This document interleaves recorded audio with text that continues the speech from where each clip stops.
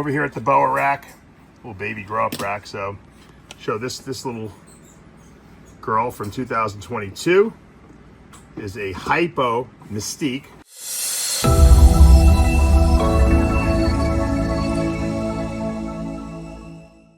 What's up, guys? Dave Palumbo here for Muscle Serpents Daily. Today we're going to be going into the snake room and looking at some super cool, fun stuff that I love in my collection. Boas, ball pythons. I know there's a lot of ball pythons just about ready to breed and pop, so we're going to see which ones those are. And we're going to take a look at my blood pythons, a little update on those. We haven't looked at them in quite a while since the Daytona show. So stay tuned. This is going to be a lot of fun.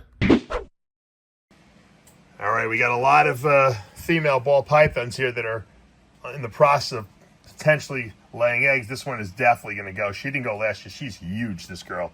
I was shocked she didn't go last year, but she's definitely waiting to lay a big clutch of eggs. I have a feeling we're going to see some big clutch from her. I wouldn't be surprised if we go over 10 eggs from her. She's done 10 eggs or 11 eggs before, so I'm expecting maybe 11, 12 eggs from her minimum. So maybe she'll set the record here for our facility. We'll see. I think the most we had was 14 once. She's also really big, this girl. She didn't go last year either, and she looks like she's going to go this year. We've never, ever got a viable, we've gotten clutches of eggs from her, but they just never seem to go to fruition and hatch. This is an albino whitewash. Whitewash is kind of a genetic paradox trait. So it's like, usually if you ever see like an albino that has black in it, they call that a paradox. Usually it's not genetically inherited. It's usually just a one-time event. Supposedly these genes came from Europe. I haven't seen them really duplicated too much. Supposedly they're supposed to create a genetic paradoxing. We'll see. I've been trying for year after year after year. Maybe this will be the year we get some viable eggs. This big Mandarin girl has been just looking like she was going to lay for the last 2 months, actually.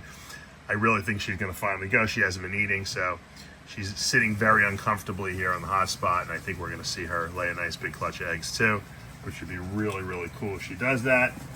And hopefully we can produce some super Mandarin stuff here. This is an orange dream, yellow belly, Enchi hurricane, possibly. I don't think so, but het pied, het hypo, double het hypo pied. She's also sitting on no eggs yet, but she's looking to lay. We bred her.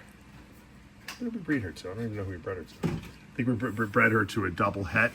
We bred her to a visual hypo pied, so we're gonna get some hypo pied stuff here, and hopefully we'll get some of those good genes like the Enchi gene and orange dream in there as well.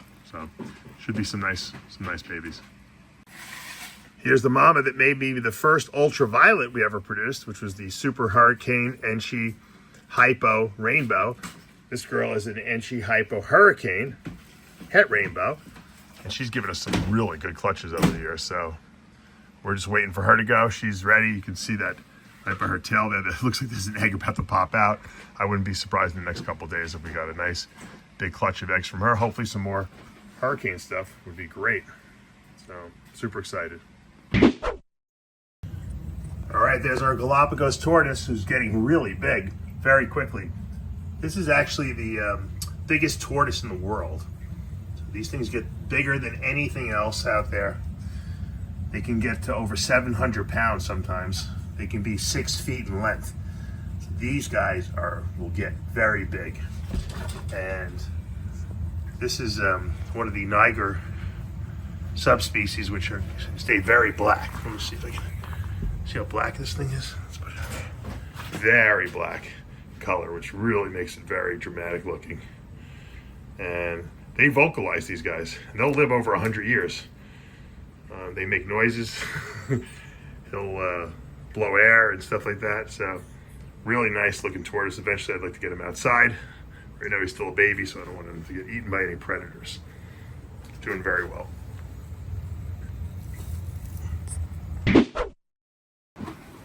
We're over here at the Boa rack, little baby grow up rack. So show this little girl from 2022 is a Hypo Mystique. So Mystique is one copy of the leopard gene, one copy of the onyx gene. They're allelic to each other. They produce that leopard or super onyxy look. Take the Hypo gene, it strips away a lot of that black, and you see all that beautiful red under there. She's also possible het blood and het Gilbert T positive. So very, very nice. Beautiful, beautiful red. Look at that underneath too. It's amazing what that one copy of Hypo G does to that Mystique. So this is a super Hypo Mystique. Beauty. Now here's a Mystique, which is one copy of leopard, one copy of onyx, without the Hypo G. So you can see this is much darker. There's still some hints of red, but the Hypo gene really strips away all the black, and then you see that red underneath. You're not going to see it in the non-Hypo version of this. You're going to see just a lot of darkness to this snake, which has its own beauty in and of itself. And we'll finish off today with our IMG Sharp Sunglow. So that's the IMG gene, increasing melanistic gene. Obviously there's no black in the albino, so we removed that, but it's got those dark red ruby eyes. It's got the very defined pattern because of the IMG gene. And it's got the Hypo gene, and it's got a copy of Sharp Albino. So it's a T-negative Sharp Albino. And I bred this to a fire labyrinth. So we're hoping to produce some cool stuff here. And we're not going to get any T-negative albinos, but we might get some IMG fire labyrinths, which is what I am going for here. So everything would be 100% het for Sharp Albino, and possible het for VPIT positive, because the male is also het VPIT positive. And actually we can have the Hypo gene in there as well. So a lot of good potential. I think she's possibly gravid. We'll have to keep an eye on her over the next couple weeks. Here's our T-negative albino possible matrix blood python. So we only have 2 blood pythons in my whole collection, but very, very nice looking. I bought this at the Daytona Reptile Breeders Show last summer, summer of 2023, and this one is putting on some nice size. It was a little baby, now it's getting a little bigger. We're slow growing it, and this is the actual, let me see. This is the actual boy, so this is the male. Beautiful, right? Look at that. Beautiful face, beautiful T-negative red eye. Look at that color. Those colors never change. They never fade. When these snakes get bigger, they look just as good. And you know, these blood pythons have a bad rap of being, you know, biters, but probably the first initial ones that came in from the wild did. But these are a couple generations deep now, domesticated. They're not biting anymore. You know, they're pretty tame. So got to keep these things nice and moist. So we spray them down a lot with water and make sure they have plenty of moisture. All right, guys, that's going to do it for today here at Palumbo's Pythons and Boas. Hope you enjoyed today's video. We got to see some ball pythons that are about to lay some eggs. We got to see some cool boas, and we got to see my blood pythons, as well as my Galapagos tortoise. And look, we got the outdoor enclosures here. Hopefully we're going to see some olive python eggs this year. Will we? I don't know. We're going to try. We're trying, as we do every year here at Palumbo's Pythons and Boas. I hope you're enjoying the videos. If you are, make sure you show us the love. Hit that subscribe button. Turn on those notifications. Hit that like button. I'll see you back tomorrow morning.